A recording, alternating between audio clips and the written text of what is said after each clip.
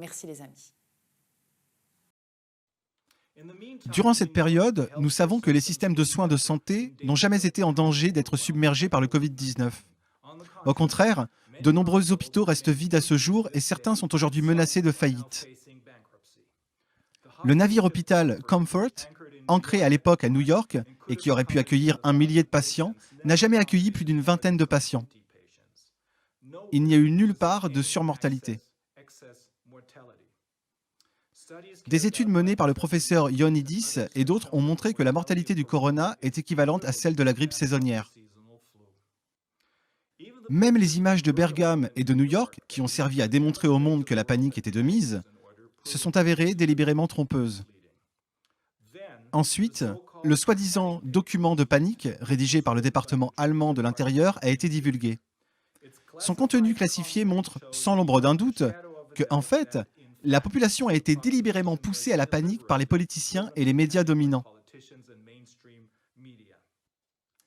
Les déclarations irresponsables du chef du RKI, qui l'accompagne, rappelez-vous, le CDC et M. Willers, qui a annoncé à plusieurs reprises et avec enthousiasme que les mesures liées au corona doivent être suivies sans condition par la population, sans qu'elle ne pose aucune question, montre qu'il a suivi le scénario tel quel. Dans ses déclarations publiques, il n'a cessé d'annoncer que la situation était très grave et menaçante, bien que les chiffres compilés par son propre institut prouvent exactement le contraire. Le document de panique demande entre autres que les enfants se sentent responsables, je cite, « de la mort douloureuse et torturée de leurs parents et grands-parents s'ils ne suivent pas les règles du corona, c'est-à-dire s'ils ne se lavent pas constamment les mains et ne se tiennent pas à l'écart de leurs grands-parents. »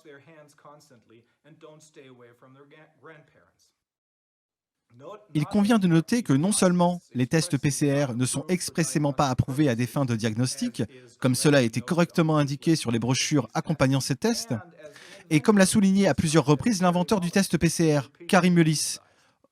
Au contraire, ils sont tout simplement incapables de diagnostiquer une quelconque maladie. Contrairement aux affirmations de Drosten, Wheeler et de l'OMS, qu'ils font depuis la proclamation de la pandémie.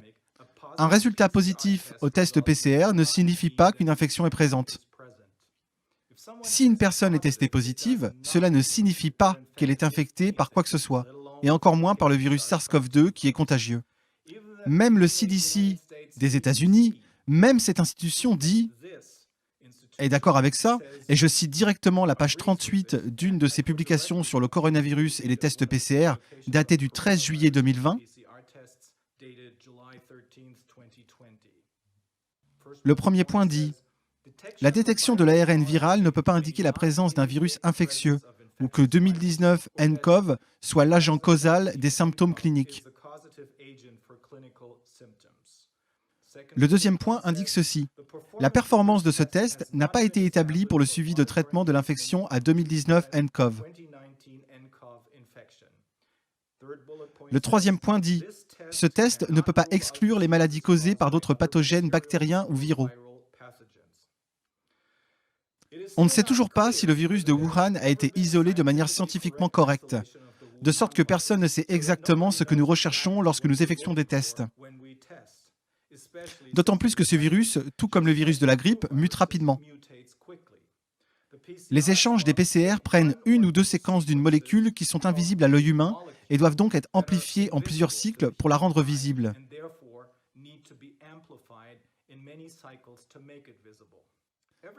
Tout ce qui dépasse 35 cycles est, comme le rapporte le New York Times et d'autres, considéré comme totalement peu fiable et scientifiquement injustifiable.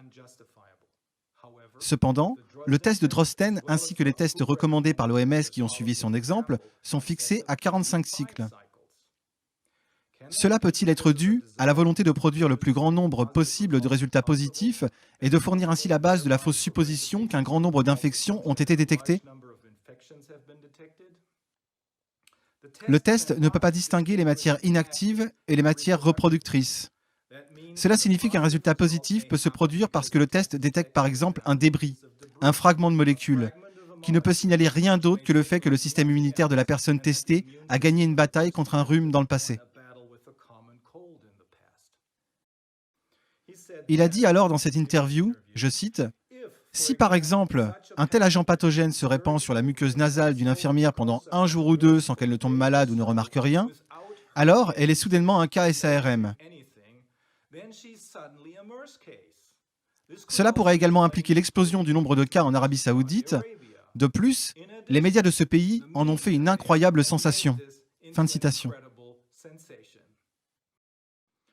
En ce qui concerne l'importance des tests PCR, Yetin écrit dans un article intitulé « Mensonges, maudits mensonges et statistiques sanitaires.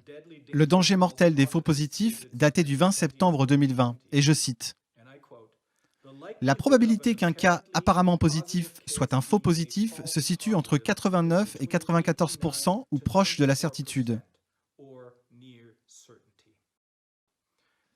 Les auteurs expliquent que ce que le test PCR mesure réellement est, je cite, « simplement la présence de séquences partielles d'ARN présentes dans le virus intact qui pourrait être un morceau de virus mort qui ne peut pas rendre le sujet malade et ne peut pas être transmis et ne peut pas rendre quelqu'un d'autre malade. » En raison de l'inadéquation totale du test pour la détection des maladies infectieuses, testé positif chez les chèvres, les moutons, les papayes et même les ailes de poulet, le professeur d'Oxford Carl Heneghan, directeur du Centre de médecine factuelle, écrit que le virus Covid ne disparaîtrait jamais si cette pratique de test était poursuivie, mais serait toujours faussement détecté dans une grande partie de ce qui est testé. Les confinements, comme l'ont découvert Yeadon et ses collègues, ne fonctionnent pas. La Suède, avec son approche de laisser-faire, et la Grande-Bretagne, avec son confinement strict, par exemple, ont des statistiques sur les maladies et la mortalité tout à fait comparables. Les scientifiques américains ont constaté la même chose pour les différents États américains. L'incidence des maladies n'est pas différente selon qu'un État applique ou non un confinement. En ce qui concerne le désormais tristement célèbre Collège impérial de Londres, le professeur Neil Ferguson et ses modèles informatiques complètement faux, annonçant des millions de décès, il dit cela et je cite «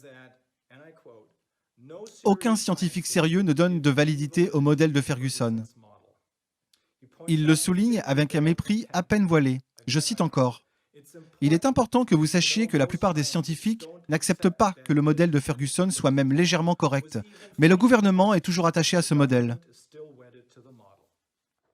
Ferguson a prédit 40 000 morts en mai, en Suède, dus au corona, et 100 000 en juin, mais il est resté à 5 800. Ce qui, selon les autorités suédoises, équivaut à une légère grippe. Si les tests PCR n'avaient pas été utilisés comme outil de diagnostic des infections au corona, il n'y aurait pas de pandémie et il n'y aurait pas de confinement. Mais tout aurait été perçu comme une simple vague moyenne ou légère de grippe, concluent ces scientifiques. Un autre document détaillé, rédigé par un fonctionnaire allemand du département de l'Intérieur, responsable de l'évaluation des risques et de la protection de la population contre les risques, a récemment fait l'objet d'une fuite. Il est maintenant appelé le document de fausse alerte. Ce document arrive à la conclusion qu'il y avait et qu'il n'y a pas de preuves suffisantes de risques sanitaires graves pour la population, comme le prétendent Drosten, Wheeler et l'OMS. Mais, dit l'auteur, il existe de nombreuses preuves que les mesures liées au corona causent des dommages sanitaires et économiques gigantesques à la population, qu'il décrit ensuite en détail dans ce document. Cela, conclut-il, entraînera des demandes de dommages et intérêts très élevés dont le gouvernement sera tenu responsable. Cependant, entre-temps, les mesures anti-corona ont causé et continuent de causer des dommages si dévastateurs à la santé et à l'économie de la population mondiale que les crimes commis par messieurs Drosten, Wheeler et l'OMS doivent être légalement qualifiés de véritables crimes contre l'humanité, tels que définis dans la section 7 du Code pénal international.